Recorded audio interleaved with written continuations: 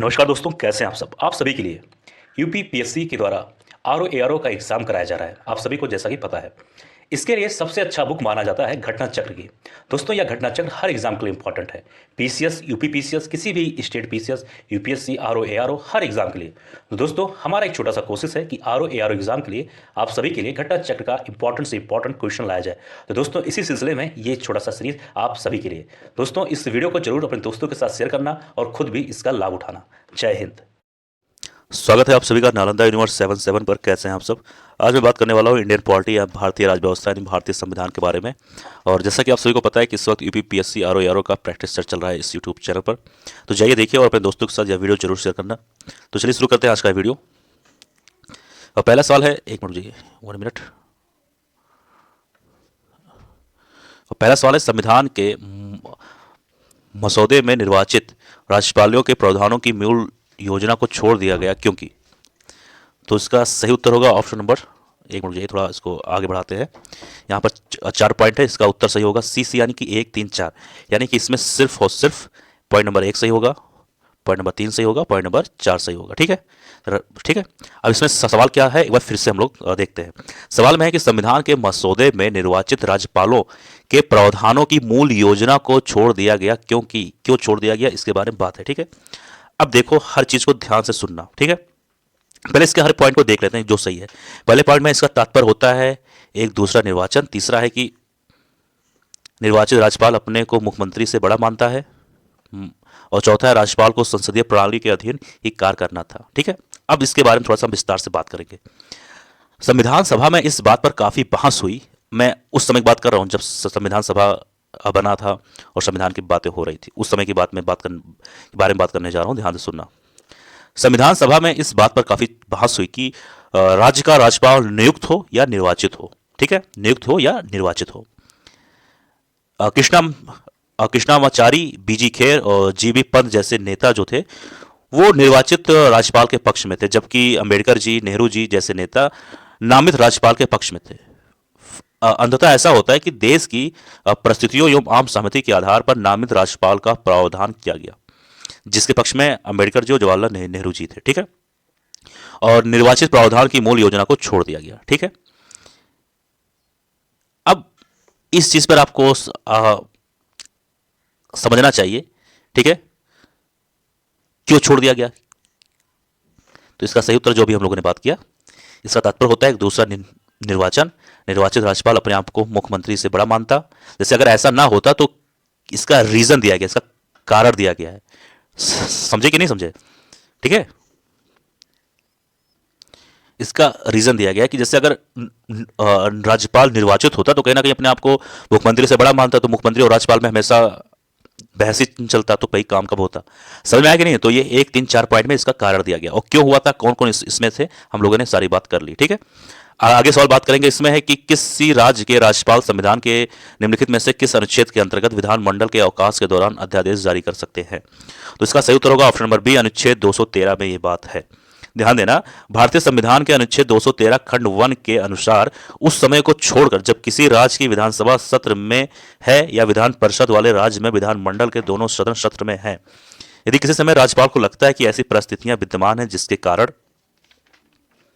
तुरंत कार्रवाई आवश्यक है, तो वह अध्यादेश प्रख्यापित कर सकेगा, यानी कि उसको जारी कर सकेगा। ठीक है, अनुच्छेद 213 खंड 2 का के अनुसार इस अध्यादेश को राज्य के विधानमंडल के पुनः समावेत होने पर उससे स्वीकृत मिलना आवश्यक है।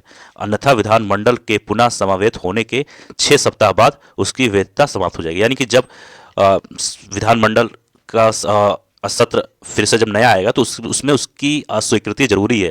ठीक है, उसमें वो चीज को पास होना जरूरी है। अगर नहीं होता है तो अपने आप 6 सप्ताह बाद वह रद्द हो जाएगा। समझ में आया कि नहीं। तो ओवरऑल आपको 213 जो है अनुच्छेद आपको मालूम होना चाहिए। ठीक है, आगे बात करें अगले सवाल पे। मैं हर पॉइंट को बढ़िया विधिवत तरीके से बोल रहा हूँ, पढ़ रहा हूँ, समझा रहा हूँ, तो इस चीज का जिम्मेदारी आपका ही बनता है कि इस चीज को बढ़िया से आप पढ़ें। अगला सवाल है कि किस राज्य विधानसभा की सर्वाधिक सदस्य संख्या है? तो सही उत्तर होगा डी, उत्तर प्रदेश। यहाँ पर विधानसभा सीटों की संख्या 403 है। सबसे ज्यादा पूरे देश में उत्तर प्रदेश का ही है। अगला सवाल है भारतीय संविधान के अनुच्छेद 170 के अनुसार किसी राज्य की विधानसभा के सदस्यों की न्यूनतम तथा अधिकतम संख्या क्रमशः क्या हो सकती है? सही उत्तर होगा डी, यानी कि कम से कम 60 होना ही चाहिए और ज्यादा से ज्यादा 500 होना चाहिए। ये किस अनुच्छेद में है? 170 अनुच्छेद में है। अगर बात करें अब आप लोग बहुत सारे चीजों में दिमाग लगा रहे होंगे कि गोवा का तो सर 40 है, सिक्किम का सिर्फ 32 है, मिजोरम का सिर्फ 40 ही है। तो ध्यान देना कि यहां पर कुछ अपवाद है, यानी कि उनकी जनसंख्या के अनुसार उतनी ही सीटें हैं। तो कुछ चीजें अपवाद है, उसके बारे में हम लोग आने वाले वीडियोस में अच्छे तरीके से बात करने वाले हैं। तो उनके भी नाम आपको मालूम होना चाहिए, जैसे गोवा का 40, सिक्किम का 32 और मिजोरम का 40 है। ठीक है, और ठीक है, तो जैसे ये चीज आपको मालूम होना चाहिए। ये चीजें कुछ अपवाद है, वैसे फिलहाल 60 और 500 ही होना चाहिए। ठीक है, तो इस चीज के बारे में हम लोग आगे बात करने वाले हैं, आप लोग बेफिक्र रहिए। अगला सवाल है किसी राज्य के मुख्यमंत्री से संबंधित निम्नलिखित कथनों में से कौन सा एक सही नहीं है? या नहीं पूछा गया, तो ध्यान देना। इसमें 2 पॉइंट है। पहला है मुख्यमंत्री राज्यपाल द्वारा नियुक्त किए जाते हैं। दूसरा है सामान्यतः मुख्यमंत्री मंत्रिपरिषद की बैठकों की अध्यक्षता करते हैं। ये 2 पॉइंट है। और तीसरा पॉइंट है राज्यपाल मुख्यमंत्री की सलाह पर अपने समस्त कृतियों का प्रयोग करते हैं। और डी है मुख्यमंत्री माफ करिए मंत्रियों की नियुक्ति राज्यपाल मुख्यमंत्री की सलाह पर करते हैं। अच्छा, इसमें सवाल क्या पूछा गया? सवाल पूछा गया किसी राज्य के मुख्यमंत्री से संबंधित निम्नलिखित कथनों में से कौन सा एक सही नहीं है? तो अगर सही नहीं पूछा गया है तो इसका सही उत्तर होगा ऑप्शन नंबर सी, यानी राज्यपाल जो है मुख्यमंत्री की सलाह पर अपने समस्त, यहाँ ये चीज ध्यान देना, समस्त मतलब सारे हो गया ना, कृतियों का प्रयोग नहीं करते। हाँ, कुछ चीजें होती हैं जो आपस में एक सलाह होता है, लेकिन अगर ऐसा हो कि हर चीज, तो ऐसा नहीं है। ठीक है, तो उसके बारे में थोड़ा बात हम लोग कर लेते हैं। संविधान के अनुच्छेद 163 खंड 1 के अनुसार जिन बातों में इस संविधान द्वारा या इसके अधीन राज्यपाल से यह अपेक्षित है कि वह अपने कीर्तियों या उनमें से किसी को अपने विवेकानुसार करे, उन बातों को छोड़कर राज्यपाल को अपने कीर्तियों का प्रयोग करने में सहायता और सलाह देने के लिए एक मंत्रिपरिषद होगी जिसका प्रधान मुख्य होगा। यानी जो अभी मैंने बताया, देखो कुछ चीजें में तो होता है सलाह होता है, जैसे उसमें मंत्रिपरिषद होगा, उसका मुख्य प्रधान होगा, वो होगा मुख्यमंत्री। लेकिन राज्यपाल अपने विवेकाधीन यानी अपने इच्छा अनुसार या फिर जो उसको सही लगता है वो कोई भी काम, मतलब कोई भी आकृतियां का प्रयोग वो कर सकता है, वो काम कर सकता है बिना मुख्यमंत्री के सलाह पर। ये चीज ध्यान देना। ठीक है, हाँ, वही मैं बताया ना कि ये बात किसमें है? 163 अनुच्छेद में है। तो अनुच्छेद भी आपको मालूम होना चाहिए हर चीज का। अगला सवाल है, इसमें कहा गया है कि मुख्यमंत्री संबंधी निम्नलिखित कथनों में से कौन सा एक सही नहीं है? नहीं पूछा गया, तो ए होगा वह साधारणतः राज्यपाल द्वारा चयनित होता है। ठीक है, यह नहीं पूछा गया। अब ध्यान से सुनना, संविधान के अनुच्छेद 164 में लिख देता हूं, 164 खंड 1 के अनुसार मुख्यमंत्री की नियुक्ति राज्यपाल करेगा और अन्य मंत्रियों की नियुक्ति राज्यपाल जो है मुख्यमंत्री की सलाह पर करेगा। अतः स्पष्ट है कि राज्यपाल जो है मुख्यमंत्री की औपचारिक नियुक्ति करता है, ना कि उसका चयन। ठीक है, ये चीज ध्यान देना। तो उसका औपचारिक नियुक्ति करता है, ना कि चयन। अब आगे बात करेंगे अगले सवाल पर। इसमें राज्य विधानमंडल की बैठक आयोजित करने के लिए कोरम यानी कि अगड़ पूर्ति क्या है? तो इसका सही उत्तर होगा ऑप्शन नंबर डी, यानी कि 10 सदस्य या कुल सदस्यता का 10वां हिस्सा जो भी अधिक हो। ठीक है, समझ में आया कि नहीं? तो इसको कहते हैं कोरम। अनुच्छेद 189 खंड 3 मैं यहां पर लिख देता हूं, 189 खंड 3।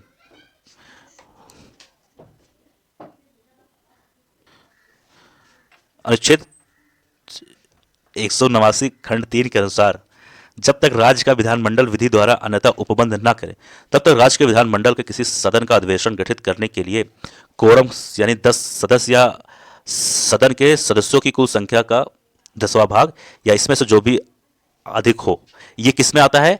अनुच्छेद 189 खंड 3 में। ठीक है, इस चीज को आपको ध्यान देना है। और बाकी इसका उत्तर टी होगा, जो अभी हम लोगों ने बात किया। अगला सवाल है, निम्नलिखित में से कौन एक राज्य की आकस्मिक निधि की स्थापना के लिए उत्तरदायी है? तो इसका सही उत्तर होगा ऑप्शन नंबर ए, यानी किसी राज्य का विधानमंडल। बात करें तो संविधान के अनुच्छेद 267 खंड 2 के अंतर्गत यह स्पष्ट है कि राज्य का विधानमंडल विधि द्वारा अग्रदायी के स्वरूप की एक आकस्मिकता निधि की स्थापना कर सकेगा, जो राज्य की आकस्मिकता निधि के नाम से ज्ञात होगा। यह बात किसमें कहा गया है? तो अनुच्छेद 267 खंड 2। ठीक है, इस साथ है। नेक्स्ट सवाल है, धन विधेयक के अतिरिक्त एक विधेयक जो विधानसभा ने प्रथम बार पारित कर दिया हो विधान परिषद में कितने माह तक पड़ा रह सकता है। आपके सामने 2 पॉइंट है। सबसे पहला पॉइंट में बात किया जा रहा है, ए में है 1 माह से अधिक तक नहीं, दूसरा है 2 माह से अधिक तक नहीं, और सी में है 3 माह से अधिक तक नहीं, और डी में उपयुक्त में से कोई नहीं। तो इसका सही उत्तर होगा ऑप्शन नंबर सी, यानी कि 3 माह से अधिक तक नहीं। ठीक है, अब इसके बारे में भी ध्यान से आप लोग सुनना। संविधान सभा के अनुच्छेद 197 के तहत धन विधेयक से भिन्न विधेयकों के बारे में विधान परिषद की शक्तियों पर निर्बंधन का प्रावधान है।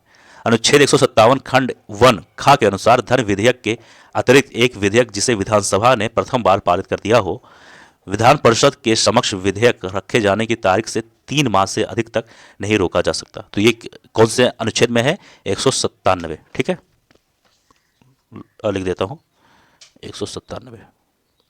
आगे बात करेंगे अगले सवाल पर। इसमें कहा जा रहा है एक ऐसी याचिका जो न्यायपालिका द्वारा जारी की जाती है तथा जिसमें कार्यपालिका से कहा जाता है कि वह ऐसा कार्य करे जो उसे प्रदत्त शक्तियों के अंतर्गत करना चाहिए, उस रिट यानी याचिका को क्या कहा जाता है? इसका सही उत्तर होगा ऑप्शन नंबर बी, यानी कि मैडमस। ठीक है, इसको हिंदी में कहते हैं परमादेश, और इसका जो मतलब अर्थ होता है इसको कहते हैं हम आदेश देते हैं। ठीक है, आगे बात करेंगे। इसमें भारतीय संविधान के किस अनुच्छेद में केंद्र शासित प्रदेशों के लिए उच्च न्यायालय का प्रावधान है? इसका सही उत्तर होगा ऑप्शन नंबर बी, यानी अनुच्छेद 241 में। अब 239 में क्या है ये भी जान लो। 239 में संघ राज क्षेत्रों का प्रशासन, 240 में है कुछ संघ राज क्षेत्र के लिए विनियम बनाने की राष्ट्रपति की शक्ति, 241 में है जो अभी हम लोगों ने बात किया संघ राज क्षेत्रों के लिए उच्च न्यायालय। ठीक है, और 242 में है निरसित। ठीक है, आगे बात करेंगे अगले सवाल पर। इसमें भारत के संविधान की निम्नलिखित अनुसूची में 3 विधायी सूची का प्रावधान है। इसका सही उत्तर होगा ऑप्शन नंबर बी, यानी कि 7। ठीक है, तो इसमें देखिए भारत की संविधान की 7वीं अनुसूची में केंद्र व राज्यों के बीच विधायी शक्तियों का विभाजन है। इसमें 3 सूचियां हैं, पहला है संघ सूची, दूसरा है राज्य सूची, तीसरा है समवर्ती सूची। अगर बात करें संघ सूची में तो इसमें कुल 97 विषय आते हैं, यानी कि 97 कह सकते हो टॉपिक है, और इस वक्त इसमें 98 है। ठीक है, एक इसमें क्या होता है कि बढ़ता घटता रहता है, इस चीज़ पे ज़्यादा ध्यान नहीं देना है, बस ये ध्यान देना है कि ओरिजिनल 97 ही है। ठीक है, अब उसके बाद आता है राज्य सूची, इसमें कुल 66 है लेकिन इस वक्त 59 है। समवर्ती सूची में कुल विषय 47 है और इस वक्त 52 है। अब संघ सूची जो होता है इस पर कानून बनाने का अधिकार केवल संघ को होता है। राज्य सूची में कानून राज्य द्वारा बनाए जाते हैं, समवर्ती सूची में संघ और राज्य दोनों के द्वारा। आगे बात करेंगे अगले सवाल पर। इसमें है कार्यकारी न्यायाधीशों की नियुक्ति की जाती है। सही उत्तर होगा सी, उच्च न्यायालयों द्वारा। ठीक है, अब ध्यान देना इसमें कि अनुच्छेद 224 के अनुसार अपर और कार्यकारी न्यायाधीशों की नियुक्ति का प्रावधान है। ठीक है,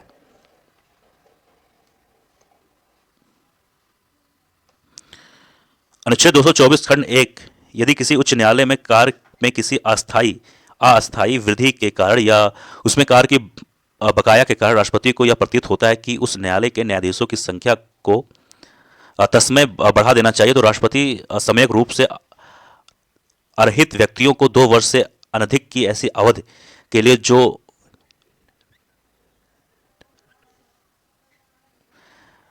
विनिर्दिष्ट करे उस न्यायालय का अपर न्यायाधीश नियुक्त कर सकेगा। ठीक है, तो सब मिला के आपको ये जानना चाहिए कार्यकारी न्यायाधीशों की नियुक्ति की जाती है, सी होगा उच्च न्यायालय, और ये बात जो है अनुच्छेद 224 में है। तो दोस्तों यह था आज का वीडियो। मुझे उम्मीद है वीडियो आप सभी को पसंद आया होगा। किसी टॉपिक में कोई डाउट कोई परेशानी हो जरूर कमेंट बॉक्स में लिख देना। मिलते हैं किसी और वीडियो में। जय हिंद, जय भारत।